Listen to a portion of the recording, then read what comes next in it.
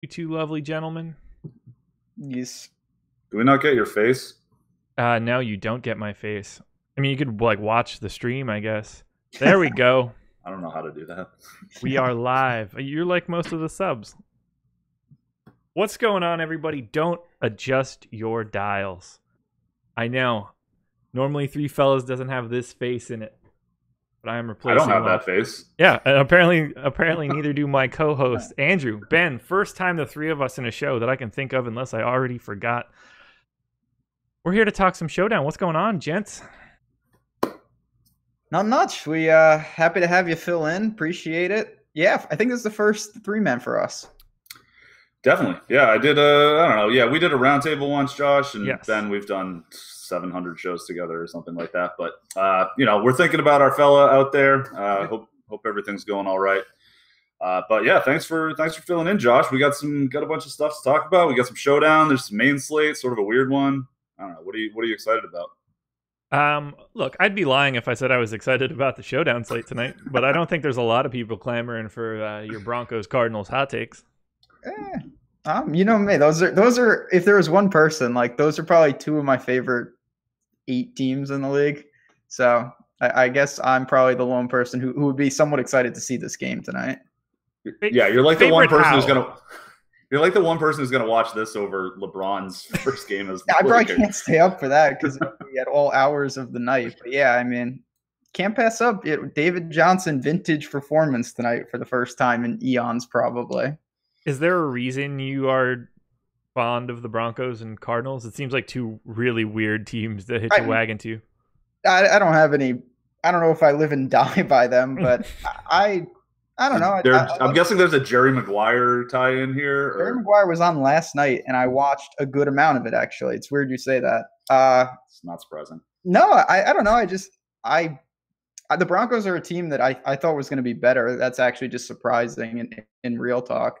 They've been really struggling. And then the Cardinals, I like Rosen. I like David Johnson. I also thought they would be better than, not that they would be good, but both teams underachieving in my book. Oof. You think the Cardinals are underachieving? Yeah, well, it's hard. How could they be overachieving? They haven't achieved much. I think at 1-5 they've achieved exactly what I expected them to achieve at this point. Yeah, I mean, Sam Bradford is obviously dust, and that was the problem. I think they've underachieved given what we thought about them coming in because they've got talent on defense. They've got some talented skill position players. Their offensive line was going to be potentially a problem, but we didn't realize that Bradford was just completely done. He's usually been pretty effective when he's been healthy. Not this year. Yeah, they have achieved. I would say the Broncos have underachieved. The Cardinals have achieved. Just achieved. Yeah. Yeah, well, we'll see. I mean, they had like some of the worst Super Bowl odds coming into the season, right? Oh, yeah, they were not supposed to be good, but they're in the running to get the first pick. I did not think that would be the case. They could use it. Yeah, they could use a lot of things, clearly. They got some serious problems. Larry Fitzgerald's like 600 years old now. Speaking how old is he? 35, 36, yeah. 35. Not old Vince Carter, but old. 35. Vince Carter is Tom Brady's age. They're both older than like Matt Kuchar. Yeah, not that we're Matt Kuchar could be 60 and I wouldn't remember. That's true. He's immortal. I mean, he started when he was like crazy young as an amateur, right? Like he's been around for a minute. Amateur? Do you say it that way? Amateur? Yeah. That's how we say the word, but the golf people say amateur. Yeah, well, I mean, I'm going to say it the way most people would want me to say it. It's cool. I remember Mayo, like we used to have Pat Mayo on our golf shows back at FanVice, and I got into it with him one time about what the correct pronunciation is. He was adamant that it is amateur, but I don't know, maybe that's a Canadian thing. Yeah. Anyway, we're here to talk about football. We got some Showdown, right? We do. And boy, oh boy, is this going to be just a dumpster fire for Showdown. It's bad. It's real bad. I mean, obviously, David Johnson, you would think, going to be super popular, especially with the captain spot. Has to. Yeah, he has to be because not just because Gurley, everyone is gashing them with the run. He's home. He's the only viable player anyway in some spots. But other than that, I mean, of course, you can look to the quarterbacks and stuff. There's really no secondary weapon where I feel even remotely comfortable. There's guys, obviously, but it's a big drop off. Yeah, and the problem for David Johnson from an ownership perspective is that like he's kind of the only viable option to think of from Arizona, whereas from Denver, there's going to be a share of potential captain options. So it just kind of naturally pushes David Johnson up. And oh God. I feel like no matter where David Johnson is on a slate, whether it's just a normal 1 o'clock start or a showdown slate, I'm going to end up with too much David Johnson. Yeah. No, I'm looking forward to getting that out of the way tonight so I don't have to deal with this on the main slate. Like I will get my David Johnson fix tonight and then move on. But the trick for me is going to be the kickers, I don't even know what to do with anymore. I'm still sticking to, not that they're not viable because they clearly are, but if these games are higher scoring, what we've seen recently has just been an anomaly. Like you can't, it's not possible in the long term to have 60, 70 point totals and both kickers being in the optimal lineup. Yeah, just jam them both in and win a ton of money like our boss. Yeah. It happens sometimes. I mean, I would imagine Alex plays a ton of lineups. My guess is he was probably under the field on those kickers. Like I think you should be in tournaments. They make sense as cash plays if you're playing Cash Showdown, which apparently, according to our buddy Ponte, is not such a ridiculous idea. He's been killing it at Showdown Cash lately. But they make sense because they're very high sort of point per dollar plays. They're really cheap. They've got a nice floor. You know, you can bank on your 7 points or whatever. But it's not often, especially like that Pats Chiefs game where Alex won all the money was insane. It was an 83-point game, and both kickers scored like 20 points. That's like when kickers score points, it's because the offense sputtered in the red zone. And I don't know. That total could have been over 100. Like if it was more efficient, it would have soared past. Because obviously in a low scoring game where there's less fantasy points to go around, that the appeal of a 7 to 10 point guy is actually pretty good, and you could see that. Which in this game, I sort of think, and I'm still nervous of it, and I think I'm probably not going to do it a ton because I think people have seen the last couple showdowns have been won. I think the Washington Green Bay one was also won by a double kicker team. So I think it's going to be really popular. I think it's much more viable tonight than it was the last couple because this is a lower scoring game. Both of these defenses have a lot of talent, and they have a lot of talent, but they've been exposed by solid offenses lately, or just like solid themes. Like the Jets don't really have a solid offense, but they have a pretty good offensive line. They have a big offensive line, and they just ran roughshod all over the Broncos. And then obviously the Rams, no one can stop the Rams the rushing attack, and certainly an undersized Broncos defensive line can't. But the Cardinals offensive line is trash. They haven't been able to run the ball all year. I don't think you have to respect Josh Rosen a ton. Bradley Chubb finally showed some life last week. Von Miller has been having a bit of a down year, but that's a terrifying pass rush. So I do think that the Cardinals could struggle a bit here in terms of moving the ball. That said, there's going to be points scored. So there might not be points scored. Just double defense. Yeah. That double defense is the new double kicker. Yeah. Yep. I mean, in an environment like this, I do think you're going to see some more of that, but for good reason. Like both of these teams are certainly not immune to turning the ball over, and it could be really ugly, especially if say the Broncos can handle this and stop David Johnson. If they force Rosen, who hasn't been awful, but he's not exactly a juggernaut. Kirk, he hasn't been awful. I mean, I think he's shown some sides compared to. I'll put it like this: we were just talking about how bad Sam Bradford was. Like he hasn't been a step down from what they had at the beginning. Because he has 2 working legs, man. Like that's a prerequisite. Like he's able to check that box, which they haven't had. You could see anyway. That just adds to the appeal of. Would we really be stunned to see both defense really get after it tonight? I don't think so. Yeah. Earl Fountain in the chat does bring up an interesting pivot. First he asked a question, actually, which I think is fine to address because Laffy did tweet about it. So just so everyone knows, Laffy, his father, has been fighting cancer for a year and a half or so now. And finally, he passed to it a couple days ago. And so Lafay's taking a little time out to be with his family and get his dad's affairs in order. So we're thinking about him, and we're going to keep moving on with the show because there's dollars to gamble on.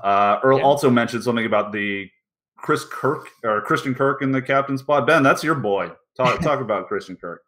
Yeah, I mean, I was on him earlier in the year and shows promise. He caught, he had one bomb against the Niners. It's like a 70-something yard touchdown that boosted him up. But now him and Rosen seem to be finding, a little, I don't know, chemistry. And with Larry Fitz not doing as much, I don't hate that. The one problem, I don't know how big the upside is. I honestly, the floor is good. He should see, I think it's pretty safe to say 5+ targets each week these days. It's just for the captain, I don't know how much you're saving a little salary there when you jam him in the captain, but what are you really spending up to in a game like this? That's the thing. It's not like Pat's Chiefs where it's like, I want to play Brady and Mahomes and Tyreek Evans and, Gronk would be nice and all that kind of stuff. It's not that kind of game. No, if you're putting Christian Kirk in the captain spot, I don't even know what the plan of attack would be to fill out the rest of that lineup. Rosen, I guess, and then it's not like David Johnson and Fitzgerald, and the kicker. I think you don't know. You do. Sorry, I don't know. I'm literally at a loss for words. You were perfect there. All right, great. I think there is an argument to be made that Arizona could be pretty concentrated, and I don't know that Rosen, with something like the 49ers, I thought it made a lot of sense to play, and actually this didn't work, but I thought it made a lot of sense to play Beathard at captain and spread out because he might spread it out with a lot of receivers. He went all Marquise Goodwin. I do think that the Cardinals are more likely to do that, where they kind of get it all to one guy, whether it's Kirk or whether it's because Chad Williams hasn't been particularly productive.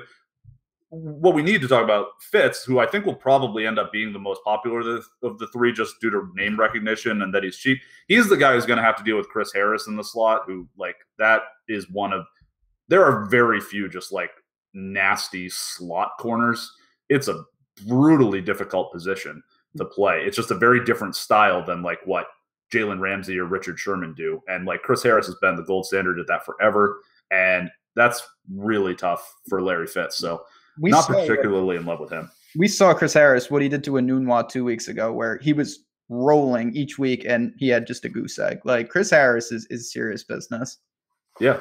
And it's such a, the slot guy has to stick, no matter what the wide receiver is doing, the slot guy has to trail him and stick with him.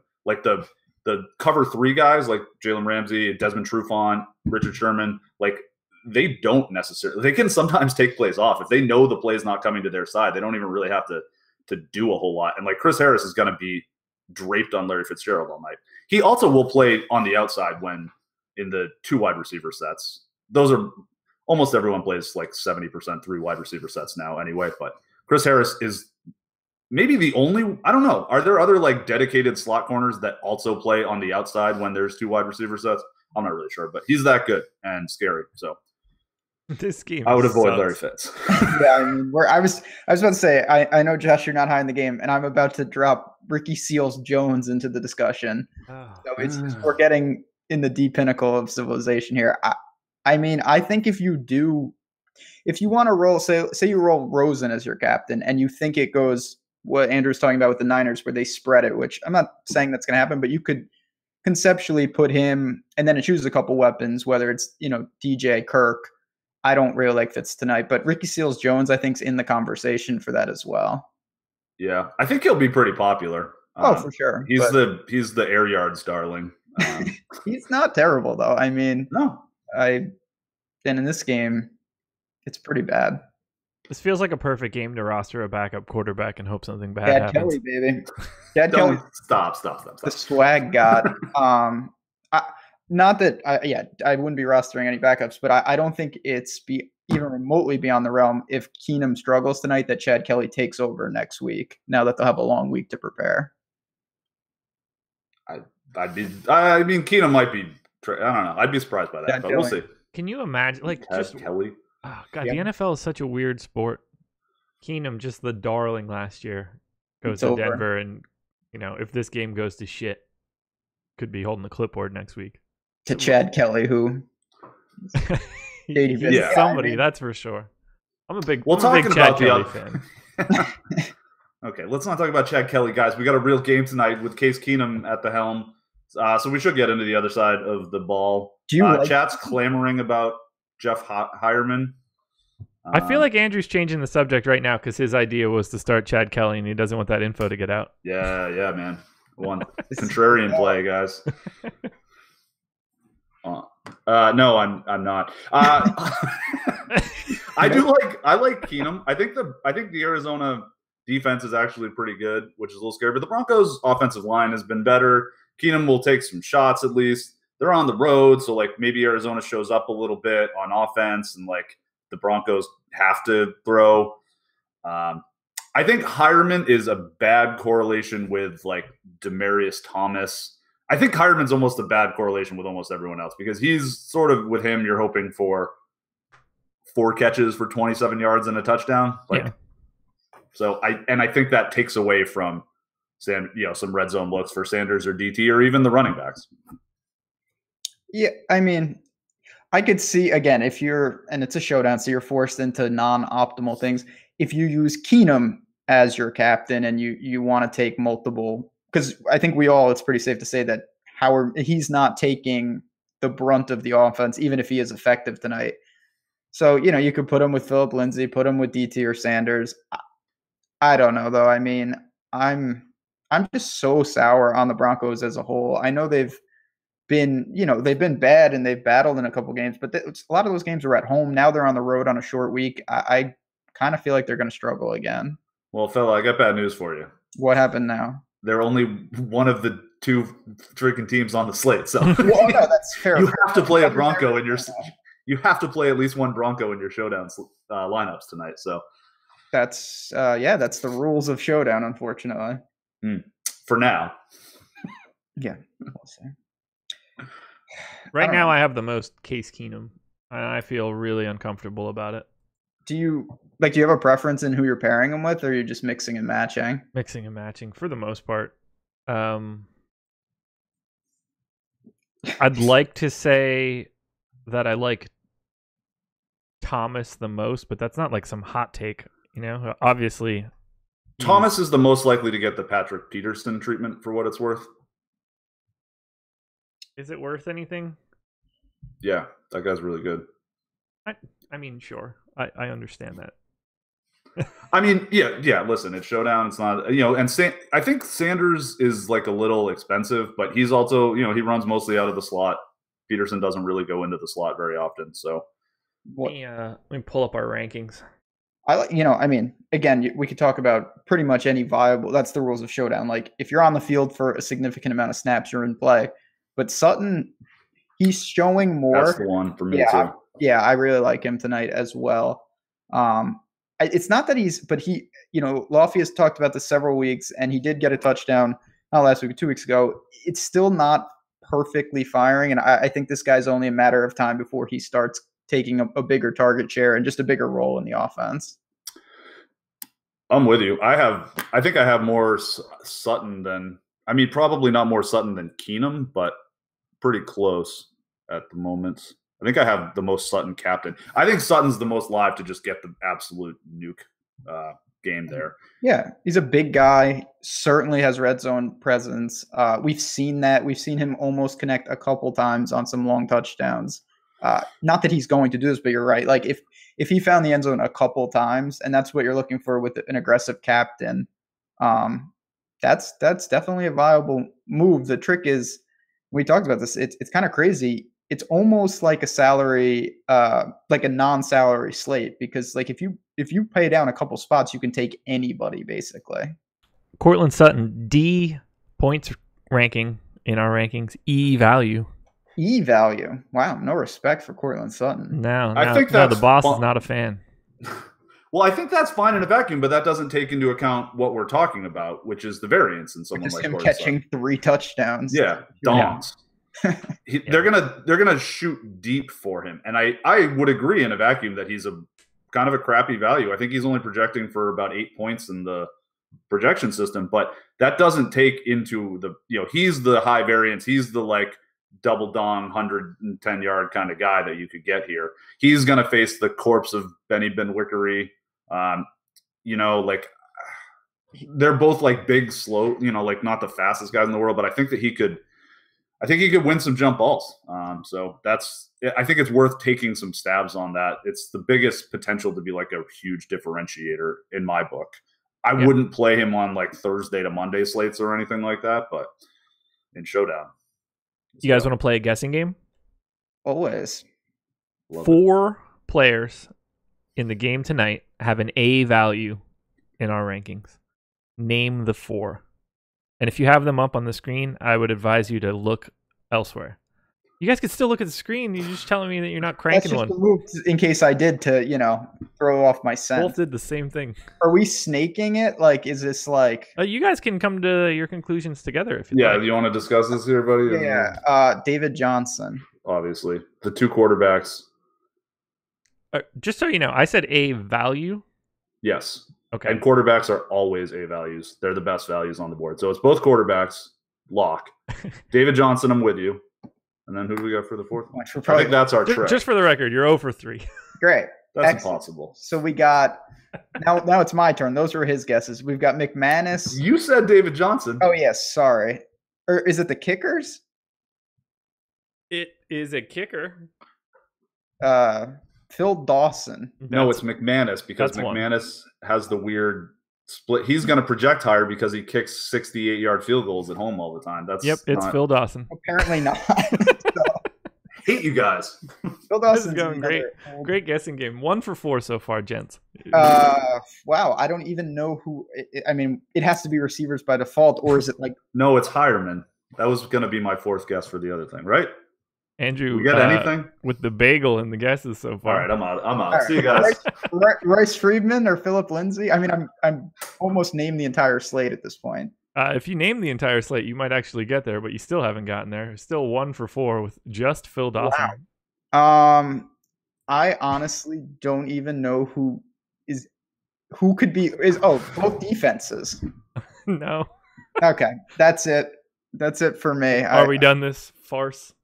Yeah. What are the answers? These are strange letter grades, man. What's going on here? All right. So the answer is Phil Dawson is first.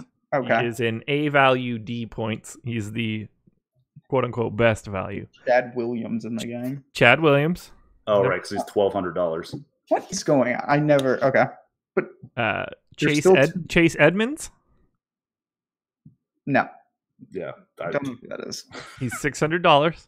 Okay. And Matt Lacoste. Of course. That was right after Chad Kelly. That would have been my next guess. Yeah, I feel so terrible about a real question. I feel so terrible about not getting any of those right. And I wasn't asking you because I thought it would be fun for you to name like normal people. I asked you because the 4 names that I saw, I didn't recognize 2 of them. Yeah. Yeah, I still. Chase Edmonds and the last one I would never, ever, ever have gotten to. Chase Edmonds sounds like the name of someone that's starting 17th in whatever the NASCAR race is. Yes. Weekend. Well said. I totally agree with that. And this is a slate. Normally, and we've seen this before, Traquan Smith's the easiest example. You say, oh man, if I can get one of these guys to go nuts down there, then I can load up. This slate is not set up like that at all. Like you get no benefit from playing any of those guys. A, they have no upside like Traquan Smith did. And B, even if they played all right, say he caught a touchdown, you're just having more salary off the table when you take David Johnson at your captain spot. Yeah. Which isn't crazy just to try to be unique. It's $250K for first. You're going to chop with some people probably. And like the weirder you are, the less people you're going to chop with. Yeah. It's just, I was just going to say, you need it to be really low scoring if you go down there. I think you can do some stuff like not that crazy, but like make an optimal. Hey, listen, I'm not laughing at you. I'm laughing at our boss in the chat. Oh yeah, he's all in on. I wish I don't have the chat open. Is he all in on Mr. Lacrosse or whatever that? Alex Baker says DK has some crazy salaries for Showdown. Thanks, Obama.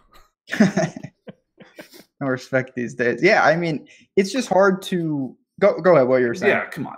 I think the way to do that and be weird and leave some money on the table and try to get a different lineup is build something somewhat optimally and then just make a 1v1 of like take out Demaryius Thomas and put in Cortland Sutton and you're leaving a bunch of money on the table and still maybe have a good lineup. Take out Larry Fitzgerald and put in Chad Williams and you've still got like a decent, reasonable lineup probably where you've left some money on the table and done something strange. That's all. Yeah, that to me, oh, absolutely. That's certainly viable. There's a big difference between that though and taking out Demaryius Thomas and putting in a guy whose ceiling is like ceiling in a perfect world is like 6. Yep. And what I think the thing with Alex's letter grades for that are they're tougher for Showdown because like what he was saying, they're just crazy prices. If someone's $200 and they're projecting for 5 points, like that's sure, I guess that's a good value, you know. Plus. Like, if you guys would have got all 4 of those clean, man, I would still be guessing if you wouldn't have told us. Like, we should have gotten Chad Williams. The rest I don't feel bad about. I would agree with you there. I mean, I don't know about should have, but like could have. Could have, yeah. He's playing like Chad Williams is a full-time player. He is the like second outside guy. He has not put up fantasy stats. I think he's averaging like 2.8 points per game. But he's out. I mean, this guy plays. He's a full-time player. He's out there for 80+% of the snaps. He sees 3 to 6 targets. They're not super high value because it's Josh Rosen and a bad offensive line that are tasked with getting him the ball. But I don't think he's a good value, and I don't think it's like crazy. He's a real player. Yeah, he's got 5 catches on the year, but interesting note from T McBee in chat. When listening in another window, it's distracting how much Andrew sounds like Guilfoyle from Silicon Valley. I get it. Is that Martin Starr? It is. Oh, nice. I like that guy. Yeah, me too. It's a good character in a show. I hear that's a good show. He was Bill from Freaks and Geeks, Ben. Yeah. Did you watch that? No. That's what launched the whole Apatow empire. Yeah.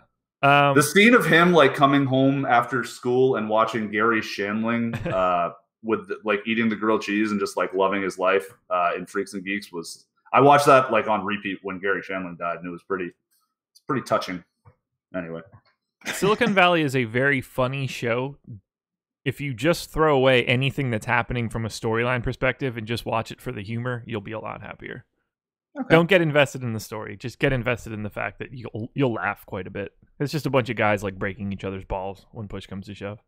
No, I think shows have value for that. If you go into that kind of mindset.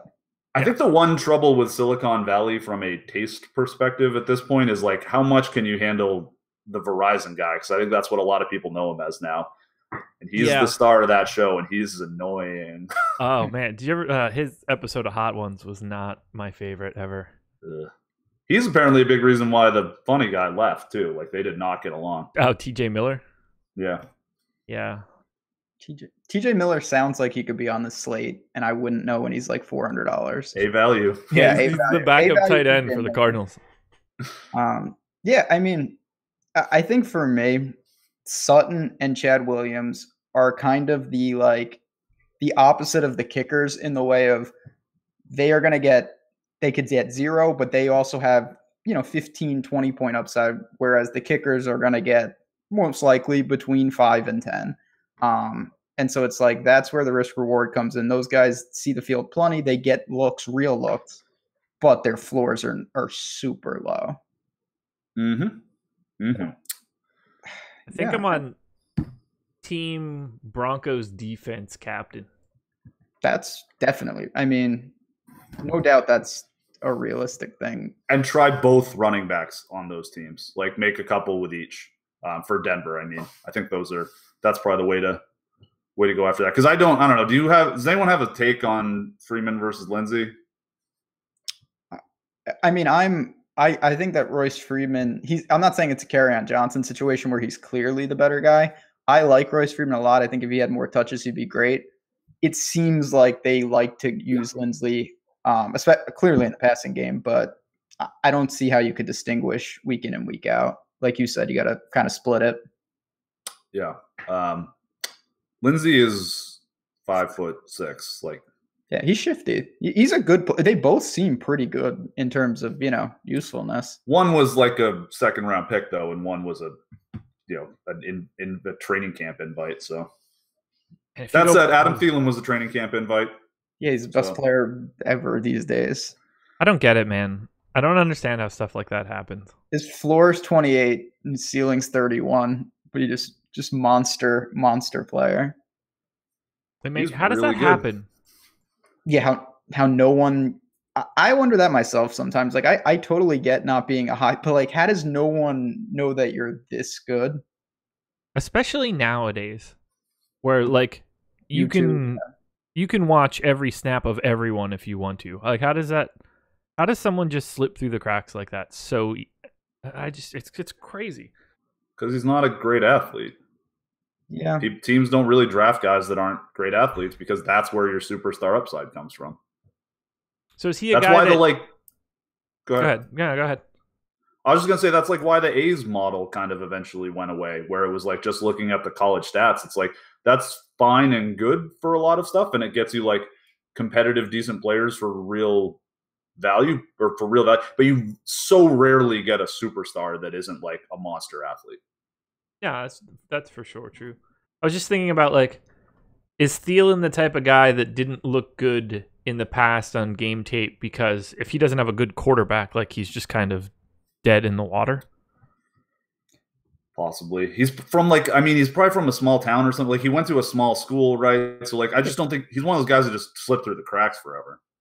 He did. No, he did. It's just, I mean, like who could he possibly have throwing to him at Minnesota State University, Mankato? Yeah, Jake, are you in this? Tell me more about Minnesota State University. We need our resident Minnesota expert. They're probably in the Frozen for more. Ben knows what their mascot is. I guarantee. What is it? No, they're not D1. What? So it's got to be D1 college basketball, which is like 350 schools, but they are not one of them. All right, I'm gonna look it up. Guess what they are? Minnesota State, man.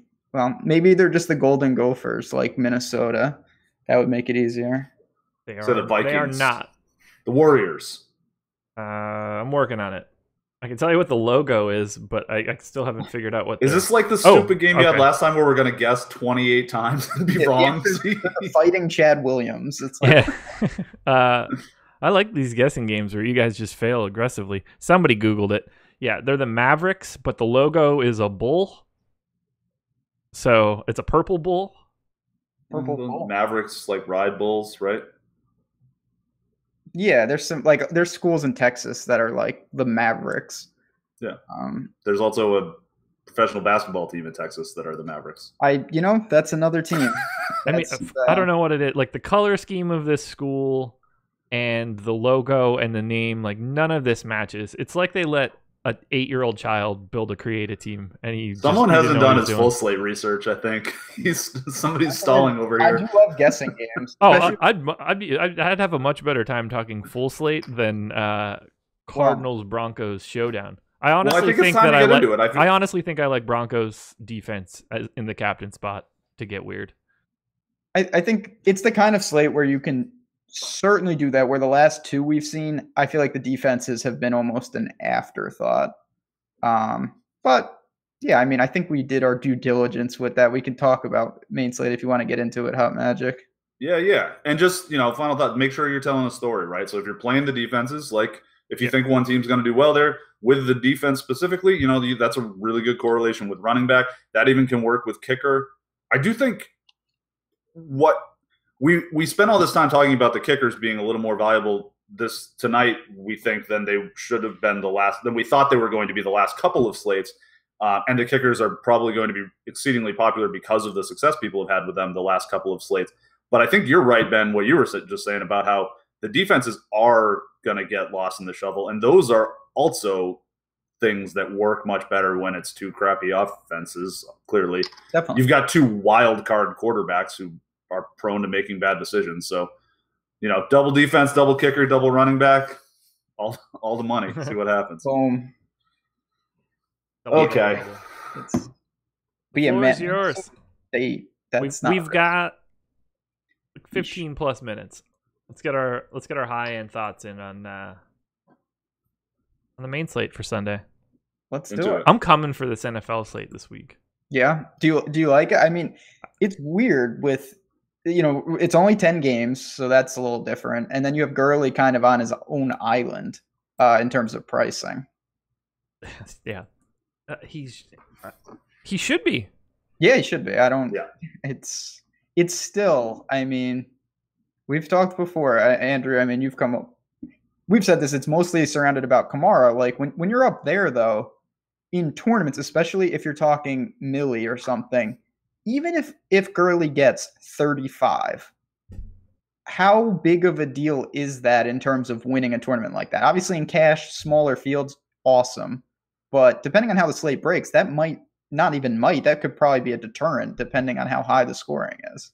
Yeah. I think it's a little tougher this week because the scoring is there are no like barn burner games as much. I mean, there's a couple like nice ones, but there aren't as many like holy shit, play everybody in this game kind of situations this week.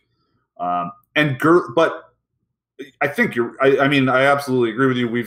This has been a point of ours that all season, and I think it's often not worked, but I think it will over the long haul. Is the guy who's 10K is really, really hard for him to burn you in a tournament. He has to do something insane. Kamara has done it, and like Ben, you said this when we were talking on I think that was this afternoon or something, but you just said Gurley is like, I mean, he's projecting 4 points clear of anyone else on the slate, 5 points clear. He's, it's like 29 points. I think he's really safe for 25 to 35 points. I think he's far less likely, and this is what you were saying, he's far less likely to get into the 40s than someone like Kamara is because he doesn't necessarily like just go with huge plays all the time. To his benefit, he's far less likely, in my opinion, to have a game where he has 8 points. Yep. Like he is a way lower variance guy, but in tournaments, that's, as we've talked about, even at these ridiculous talented guys, that's still not what you're exactly looking for. So Gurley last year, week 15 and 16, these are the numbers we're looking for that makes us scared that he can break us. 48 fantasy points in week 15 against Seattle, 152 yards, 3 TDs, and then 55.6 at Tennessee in week 16. If he does that at 9,800, you're quite sad. What do you have? 4 touchdowns? 5? 22 carries for 118 yards, no touchdowns. 10 catches, so that's 12 points. 158 yards receiving on 10 catches and 2 TDs. Yeah, and obviously, I mean, we're not breaking any news here. For any of these running backs to get into the rarefied air, it's through the pass. Like, you can't possibly get there on the. Look what he did against the Broncos last week. I mean, that's as high as we're going to see on the ground. And not that he wasn't great, but he didn't do that much in the passing game. And that's the thing is they should be able to just destroy San Francisco. And okay, I wouldn't be surprised if he runs for 200 yards and 2 touchdowns, but I actually think you can survive that in a tournament if he doesn't catch 4 passes on top of that. Yeah, he had 13 targets in that 55-point game against Tennessee last year. Now he's getting like 5 or 6 because there's too many other damn people to throw the ball to. Yep. And it's necessity. Like I think that San Francisco will put up some points, but will they? I would assume it's still catch-up mode, and they're not going to be running Gurley into the ground unless they have to. Yeah, the Rams' defense is sneaky bad. It's gotten to that point. They're super banged up, but they had 4 studs and they're down 2 of them essentially. So yeah, I don't know about sneaky bad. Maybe worse. Plain bad?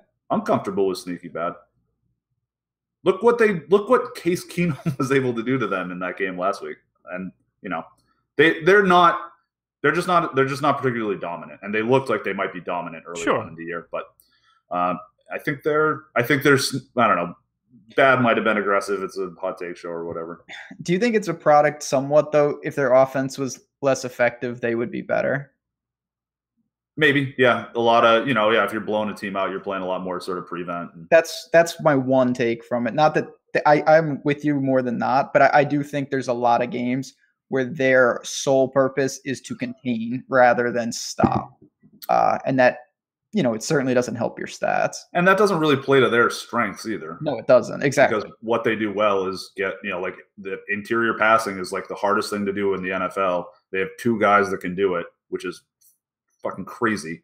And they don't when you're playing more of a prevent thing, like that doesn't really play to those guys' strengths, because what they want to do is, put the guy under pressure, keep the pressure on everywhere, cause some turnovers.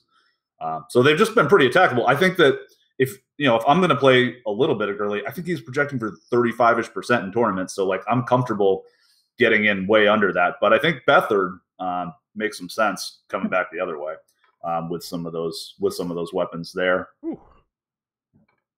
If I'm going to do it, you got to do something. You got to do something different there. And I think this is a week where you can get away with one of those sort of mediocre quarterbacks because there aren't as many nuke spots. Yeah, you're going to see Baker garner a lot of ownership. Like it used to be Matt Ryan in a much superior spot, whereas I agree it's a little more wide open this week. I don't know. That's the number one age thing, actually.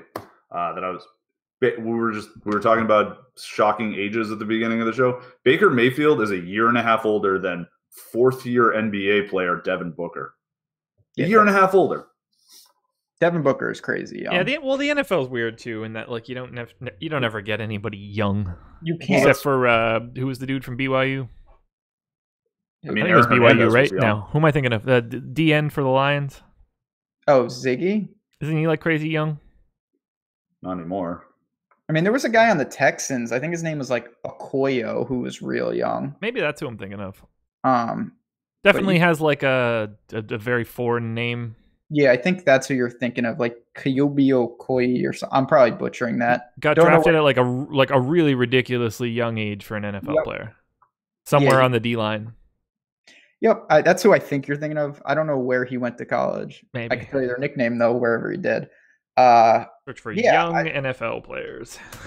Thanks, Google. I mean, guys have tried to challenge that. I remember Fred Roos tried to do that, but Well, anyway. That's why I use the NFL to cherry pick that thing, because it's true. That's how it works. I think that's an interesting segue, though, because if you are going to pivot off of Gurley, the way that Gurley could potentially fail in tournaments, and I'm with, Hunter, who watches a lot of these shows I've talked to before, like, I think you're right. He's saying, they'll run, like LA will run. You can just play Gurley a lot. Like Gurley, what we are saying is he is a very, very safe bet for 30 DraftKings points. But if they just beat the snot out of San Francisco, it's not like he's going to catch 8 balls, and that's where you get the 45-point game. So I think he can run a lot without killing you in tournaments at $10,000. And if some other high-priced guys happen to go off, then you can skate away from a 30-point game from him. There are other high-priced guys that I think are kind of interesting on this slate. Alvin Kamara being one of them. Yeah. Saints on the road against a Baltimore defense that's looked pretty good, but I think is beatable in a couple spots. What do you guys think about this game? I've got a different running back that's slightly under him that I prefer. Okay. I like Zeke. Yeah. 400 cheaper. I think Kamara is going to really be down there ownership-wise after the Ingram thing, and no one's thinking of him. I think that was what we'll see long-term. That was more the outlier than his, as crazy as it sounds, than his 45-point games. So I'm kind of with you. Yeah. Go ahead. No, I just, at that, he's cheaper than we've seen in a while now. The ceiling, much like kind of what we just talked about with Gurley, is unaffected in my book. The floor is definitely lower. Yep. So cash, no chance. I would find the way to get to Gurley. But in tournaments, I absolutely will make room for him. I love Kamara in tournaments this week because I think that what's going to happen, we saw Ingram come in and just run the ball a million times. The Ravens defense is ranked really well. They haven't really played anyone. They played the Bengals well, and then they took Pittsburgh, the game that Ben just missed every pass. The rest of it, they're just beating up on crappy teams. Drew Brees is not as effective on the road. I think it will be different in the dome, but the one thing with this Baltimore defense that you definitely can't do is just straight up run the ball on them. So that takes Ingram out, I think, and it makes Kamara really interesting because the outside and deep portions of the field is also where they're really strong. So I think it is going to come down to a lot of sort of middle of the field. Their linebackers aren't great in coverage. Eric Weddle's getting old. I don't think that they really have any personnel that can hang with Alvin Kamara. They struggle in the slot a little bit. Michael Thomas runs 30% of his routes out of the slot. I think they might force that even more, try to go after. That's their 1 weak cornerback. Both guys on the outside are absolute monsters. So I think that attacking Baltimore in kind of the middle of the field, sort of like how the Saints operated last year more, I think is, I don't know that Drew Brees is going to go apeshit, but I really like Thomas and Kamara in tournaments because I don't think they'll be owned. Yeah. Ownership is going to be low. It almost has to be on Kamara. Although price back down to where it was in week 1. Yeah. But no, I'm with you though, Josh. I think Zeke sets up well. The Cowboys are Cole Beasley's not going to be doing that every week. They have to rely on Zeke. This is a big game for them in Washington. He should touch the ball 30 times, and when you do that, it's hard to ignore no matter where you are. He touched the ball 33 times against Washington in the last game last year, 150 yards and 2 TDs. He was 9,200 at that point. He's 8,100 tonight, or this Sunday. He's only 7,000 last week. I had a lot of him. Yeah, same. Yeah, he was effective. As crazy, I never would have thought that against the Jaguars. They just didn't even need to really go there. The game got away from Jacksonville. That could be a nice high level thing to talk about. So Zeke's price dropped $1,100 from $8,100 to $7K to go up against the Jags last week. Do you think that an $1,100 drop is like that feels like too much for a defensive matchup? Ignoring the fact that the Cowboys just went ham on the Jags last week. Like, I feel like that's an over adjustment. Generally, it depends. I don't think you can make like a blanket statement about that, but I think on the whole, you're probably right. I'm with that on Kamara. I don't know how much his price dropped, but more than it should have, because I think the big thing with Kamara's ceiling isn't going to change. He can still break a couple, and I'm with you on Zeke this week. I think that's really solid. That's a really solid play. I guess what I mean is there's some sort of point equivalent to those $1,100, and I wonder if this is bringing it back to the does the defense matter sort of question. Does the defense matter enough to drop someone's point projection by whatever that is, 2, 3, 4, 2.5? Yeah, it seems like a lot. Yeah, for me, it's more of I really don't think the defenses change the point. It doesn't really affect, to me. It more is indicative of the floor and the ceiling. So yes, when you're playing a brutal matchup, the floor is a little lower, but like if the upside is still there, it's much. You get the reduced ownership in tournaments. It adds to the appeal. It's more aggressive, but I think people over adjust to it. The sites over adjust to it, and those things aren't. It's just about perception, obviously. If no one reacted to it, then you would have to change your tune to it, but people really do.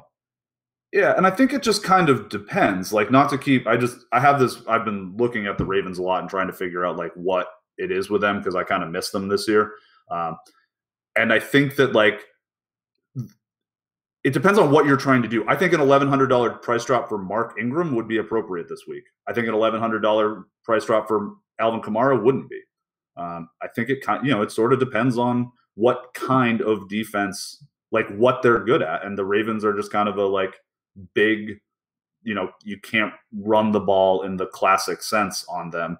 But I don't think that's as big of a deal and the same idea with Jacksonville. Jacksonville's not a particularly huge offensive line. I mean, it helped that Calais Campbell got hurt in that game. I think he missed some time. And then like they had to put Bouye in the slot. That's another, like we talked about Chris Harris earlier, just like how hard that slot corner job is. Bouye has typically been more, he does the cover 3 where you're just kind of zoning half of the field. And when he got into the slot, he got burned by Cole Beasley, right? Bouye shut down 3 times the wide receiver that Cole Beasley is, but it just wasn't what he was good at. It's not his typical assignment. So I think it depends as far as your question goes, which I know isn't a very exciting DFS answer. We got a couple minutes left. I think we should get a couple hot take picks. Ooh. Or do you guys want to play another guessing game where you fail miserably? We can do that as well. If we're doing any guessing. Yeah, I request college nicknames or world capitals. That's all I got going for me. Are we going to do that again? Sit on here for 45 minutes? It's tempting. Well, Ben, you said that was like the most fun you've ever had, Josh. I mean, not ever. Dude, but I loved it. It blew my mind the fact that someone could even do that. For those that don't understand, I was watching Ben and Andrew gamble against each other after a show once, and Ben had to name like all of the countries in the world or some ridiculous nonsense, and got most of them, and by most I mean like it's like using 59,500 of your $60,000 salary cap. There was like 6 left or something stupid. No, I think he was like 183 for 185 or something. Is that what it was? It was a lot. And because I did NHL teams and got whatever 29 of 31 or something like that. So it was like, all right, I'm looking pretty good. And then nope, kid's on fire. Ben got 180 countries faster than I would have gotten 50 states. Well, I could type fast, but yeah, those in college nicknames, those I have down pretty good. Not that I know them all, but we'll spread them in throughout the shows going forward. But yeah, I mean, hot take wise, boy, I'm so used to giving bad golf hot takes. I'm trying to think of an NFL one here. Who's the quarterback that wins the Millie this week? It's not Broncos. Derek Anderson. I don't think this is a hot take at all. Well, maybe it is. We'll see. I wrote in my article today, which obviously you can find on the site for the members out there.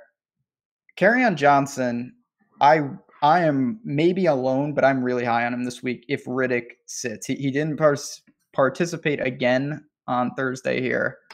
I think this could be the coming out party for him fully. I know he's shown some flashes. I think that consolidates his role, adds some value in the passing game. Should be not too popular, and that's a guy as a dark horse this week that I'm really high on. Is that hot enough? No, I like it. Okay. I'll say this much: my wife loves that take. She's got Kerryon Johnson on her fantasy on her season-long team. Andrew, give me your hot take. I mean, I think it's that I like Kamara a lot more than the field's going to. Might as well go there. That's a fun one. That's it. That's the hot take. I don't know. Yeah, Kamara outscores Todd Gurley, right? No, I can't go there. That's insane. I have like a 3% chance of that working. That's what hot takes are all about. All right, let's do it. I've got one that no one's going to be on, and they probably shouldn't. That's the best kind. I oddly like Jordan Howard this week. I see the merit there. Not say I did that last week. It did not work. I could see a scenario where they try to control the clock against the Patriots and give him a big workload. Price on DK down $1,000 from last week, 6,500 to 5,500. Not that it shouldn't be because he's been not great, but you should. Can I help you out here, buddy? Me? Yes, you. I think you should make a contingency here, because if Khalil Mack sits, you're not going to be able to control the clock because the Pats are going to score. They're going to score touchdowns on their first 3 drives, and Jordan Howard's chances are over. So I would put that in there for you. I mean, I'm not saying that I'm going to be having like 25% Jordan Howard or something come Sunday, but he's going to be unowned. Come Sunday, we'll see what happens. I mean, it's find me at the top of the millie. You can certainly run on the Patriots, like Kareem Hunt did it last week. Like he lost a fumble last week too, which is Pat's rush defense 3rd on Pro Football Focus right now. Ooh. Yeah, they're like reasonable dudes because they're just like big guys. But it's more of a speed thing with them in the front 7. Well, guys, we did it. 3 fellas talking football, and I don't think that anybody in chat pointed out the fact that the football jersey above my head is a Steven Gerrard Liverpool kit. We got cute. We're talking different football. I see what you did there. What does kit mean? Jersey. Oh, okay. No respect. You'd know that if you weren't an amateur. I clearly know that and was being a dickhead. That was fun, guys. Everybody, go get your Showdown lineups in. You have an hour to jam in all of the best Cardinals and Broncos you can find. Or stick around and hang out with me and Fast Eddie Fear as we go up to luck. Yeah. And if you do it right now, you can like this now, and then you can switch over to Josh's channel, like it again. So many likes. Appreciate those likes. Subscribe, do all that good stuff. Oh, yeah, subscribe too. Next week, 3 fellas talking football, back and better than ever, we assume, with our boy Laffy. So this is it for me. I'm a fella for one day. Appreciate it. I'm no longer a fella. I'm honorary. Yeah, I'm sort of like a Jenner. No longer a fella. That's it for me, guys. I'm out.